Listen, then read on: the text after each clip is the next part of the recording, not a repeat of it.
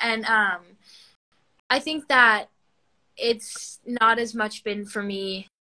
I don't want to go with this. It's been really nice to kind of see two sides of, two different lifestyles, because they both grew up so differently. And yeah, I think that for my morals and values, like, I just kind of rely on my family. Yeah. Yeah, I hear you both. Very, very much resonating with me on all of that. So I want to ask y'all, I know sometimes it's hard to kind of show ourselves the same kindness as we do to others. What are some practices that you have in place to do that? And what tips do you have for like showing kindness about body image to others?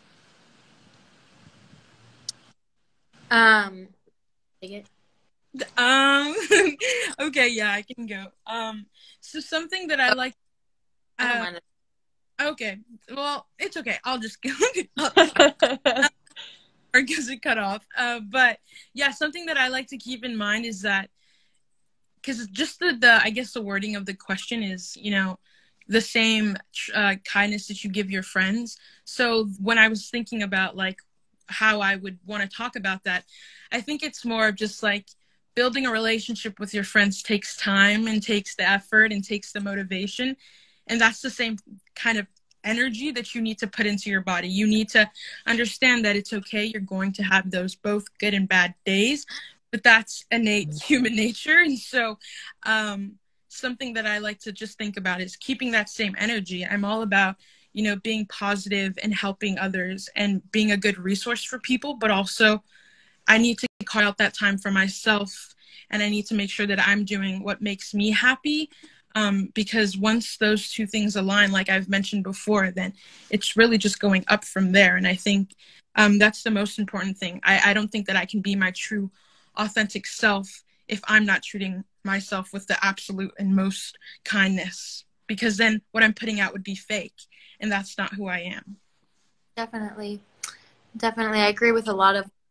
And I think that it's a cheesy quote, but you can't really love anyone until you love yourself. And that may go for relationships, that may go for friendships, that may go for family, just relationships in general, honestly, with anybody. And I think that, for me, being kind to myself has been a struggle, because I personally who is super hard on myself and super just determined and always, have something, or else I feel like I'm failing, and I have a huge fear of failure. And obviously, that's not something that everyone gets on alive and is like, I don't like to fail, but I think it's important to be vulnerable, because I'm sure one of the 700 people on this live can relate to that. You know what I mean? Well, I think it's important to understand and acknowledge what you're going through, and have grace. A friend told me, give yourself grace. You're trying your best. And I personally, I'm not the same person I was a year ago. I don't even think I'm the same person I was 6 months ago. We're constantly learning, growing, and evolving. And I think that just being kind to yourself, letting yourself just, be okay and don't be so hard on yourself is important. We're human, and I think also a way to find yourself is, mental health. And I like to journal. I like to take self-care nights and do skincare and masks. That's just like something you can physically do, but also just mentally, it's important to really understand what you're going through, whether that's just thinking about it or journaling it. I think it's important to give yourself grace. Yes, and I think that's a great takeaway for today too. I mean, this last year, as far as our bodies go, our bodies have been in survival mode, right? We have been going through, I'm going to say the word we've all been hearing all year, an unprecedented time, right? This has been something none of us could have anticipated, and all of us are trying to survive and get through, right? So definitely. However our bodies are reacting to that, we're making it through it. Right. So like Sienna said, it's important to give ourselves grace for that. Right. And not to be so hard on ourselves, even though I know those words are easier said than done. there's a couple last questions that I wanted to ask in here. This first one is just for Sienna, because you do have such a large platform. How do you use your platform to encourage others to self-love and to have that positive body image? I know you're also in the middle of a campaign right now with maybe whole messaging for that. So would you like to speak on that at all? Yeah, I mean, as of like self-love on social media, I think that I've definitely just been finding my way and, you know, trying to find my niche. I don't think there's like one correct answer for like, oh, like I love to post these kinds of videos, because like if I am feeling it, like I will post a video of me eating.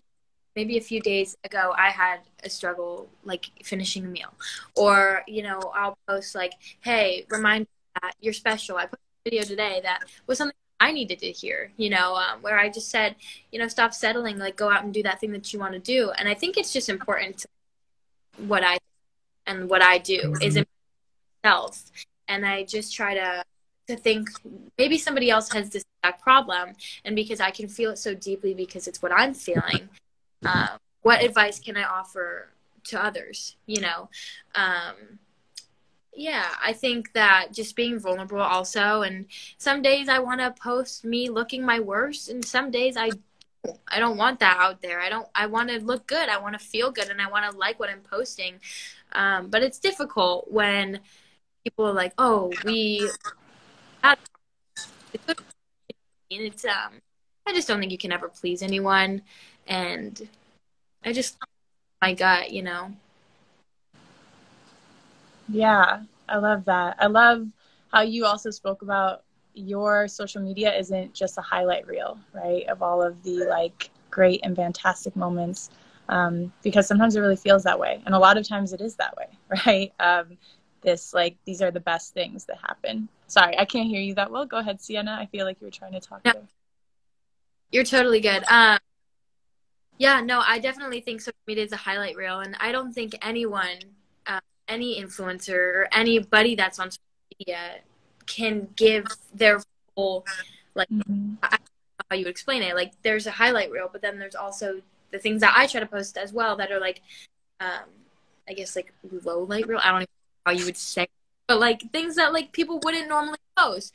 Yeah. And I think it's important to kind of have a variety of each, and like to be able to be like, hey, like I know I look good in this one, and then like the next post may be like, well, I don't really like how I look in this, but like here's just some variety. Like, you know, confidence is just like a huge thing, and if you're confident, you just want to like, I think for me, what I try to do is just to be confident in myself and hope that that can rub off on people, instead of kind of like pushing people to believe in a, just like, I'm good with myself, and I hope that can inspire you to be good with you. You know what I mean? Yeah, I know that, Rosie, did you want to say something about that? Because I know you talked about it's hard to have every day be a good day and like a confident day. Did you want to say anything to that? Yeah, no, I definitely, oh my God, like, yes. I just feel like social media is a vehicle that like is built to just filter like certain aspects of your life. And I feel like, you know, to a certain extent it's good because you can have these conversations with a large audience and a diverse background. But to a certain extent it is, they do, or the people who are posting, anyone who's posting, is able to kind of just highlight what they want you to see. And so I feel like when it gets to a point where you're comparing yourself to these people who are presenting themselves with this like magnificent life, because that's what you see on their social media, it's important to recognize that that's not all that's there. That's not the full picture. And I know that I've had my days where my like confidence is really low, and I start to compare myself to all these people on social media, and then I realize I need to get off of social media. This is the exact reason. Like, I know what's going on. I'm cognizant of the fact that this is a platform to which people do this. And so now it's time to take a step back and tap into those things that just bring me joy, because that's all you can do. Like, it's really hard to like find that boundary, but it's something that needs to be put into place because it's true. And there are repercussions for that when you do get into that very negative mindset. So yeah, that's all I really wanted. I totally agree with you on that. For somebody that is a content creator, I am never on social media. It is like I create my stuff and I get off the app because it can be so toxic. And I totally feel you on that. Social media is it's a good or bad thing. Yeah, and what that it speaks volumes. Like just that in itself. Like I mean, you're an ordinary person too, but I'm somebody, I don't have the biggest platform. And I feel that. So I really do connect with you in that sense because I can't imagine how difficult it must be for you. Yeah. Definitely. I mean, even just being on this live right now, I'm like overwhelmed, right? All the messages, all of the things. And I know that's a question that's been coming up from a few people of like, how do you overcome negative thoughts? How do you overcome negative comments on social media too? What I do want us to kind of close out with, because this is common if you reach out to Teen Line 2, this is something you'll experience, is that you will never get off that hotline without receiving some resources, right? And some tips for self-care and for self-love, right? So I want to ask both of our lovely speakers here today, what are some ways that you practice self-care and what does self-love mean to you?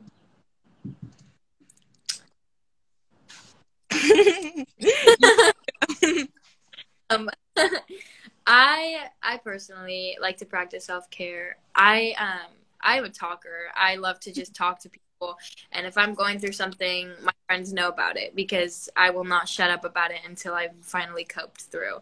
And so I think that honestly is a form of self-care for me, just to be able to call my mom or call my best friend for 20 minutes and know that I have somebody that can listen to me. So self-care can, be having somebody listen to you, talking, having a good friend, but as well as, like the physical things, like doing a face mask is like what I love to do. And I just like to watch TV and get a bed and have a heating pad on my like stomach. And you know what I mean? Just like get all cozy. I think that's what kind of works for me, and shut my phone off. My God, I just shut it off all the way. And I know that like I cannot mentally see any messages, I can't mentally, do anything, and I just take care of myself.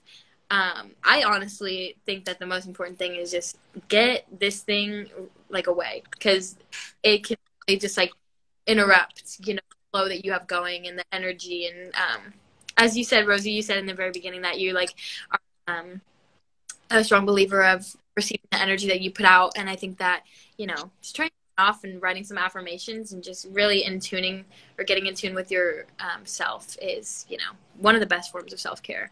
And it's something that I can recommend that's worked for me. Thank you both. Oh, yeah. Go ahead, Rosie. Oh, I was just going to say that, I 100% agree with like just the phone calls. I'm very vocal. Like right now I'm a little bit nervous because there's a lot of people, but I'm very vocal. Like my mom's on the live and she's commenting and I can see her comments.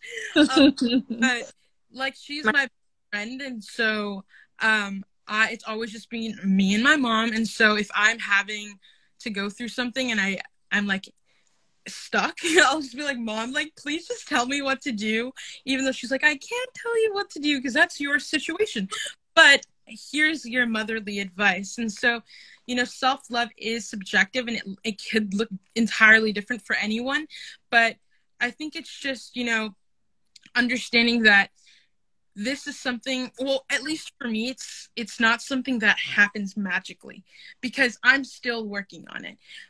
For me, it's more of like a mindset. It's now I'm looking at myself in a positive light. It's not, oh, today I feel good and I'm going to love myself and tomorrow I'm not. It's not that. It's a completely different switch of mindset. And so I think that, that can take a lot of time. Like I said, it's like building a relationship with your body. And so understanding that it's not going to happen overnight. And I'm still working on it.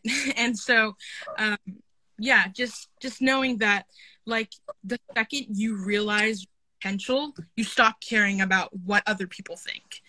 And that's so hard to do, but it's something that like is so simple. Like I just feel like the idea of like self-love, like, wow, self-love, like I don't know. It's like a simple concept to me, but it's so hard to do because it's rooted into who you are. Rosie, So complex. I feel like you have like a whole self-realization right now because what you said is so true. I think definitely I totally understand and agree when you say that one day you're having like the best day. Next year, well, why was yesterday so good? Today sucks. You know what I mean? And it's just about kind of stepping out of both of those days and being, well, I'm still here and self-love and like I love myself and it's okay to have bad days because they're good. You know what I mean? That really helped me actually. Thank you so much for that. Yeah, of course. Yeah, I want to say thank you, Rosie. Thank you, Sienna, so much for being here today, for sharing yourselves and your experiences. It seems like based on some of the comments that I did catch, a lot of people were really appreciating this and it resonated with them. Sorry if y'all heard a random dog. I want to remind everybody in this live that we are on the Teen Line account right now, going live at Teen Line Online, and this month is Mental Health Awareness Month. So this week it's embracing our bodies. We're talking about body image. We're talking about self-harm. And next week is going to be embracing our difficult emotions. So we're going to be talking about grief, anxiety, stress, depression, a lot of things that have been coming up for people during this pandemic and in the last year. So if you're interested, definitely check us out. Hit a follow on our Instagram, check out the future lives, and join our move-a-thon for this month. So thank you both so much. Is there any last things that you want to say? Go to call. They're really helpful. Yes, call Teen Line. You can call every night from 6 to 10 p.m. The number is 800-852-8336, 800-TLC-TEEN, or you can text the word TEEN to 839-863 nightly from 6 to 9 p.m. All of the info is on our website, which is teenlineonline.org. But thank you again so much, both of you, for being here. Have a great rest of your day. Enjoy it. Enjoy the weekend. And thank you, everyone else, for joining. Bye. Bye, guys. Bye.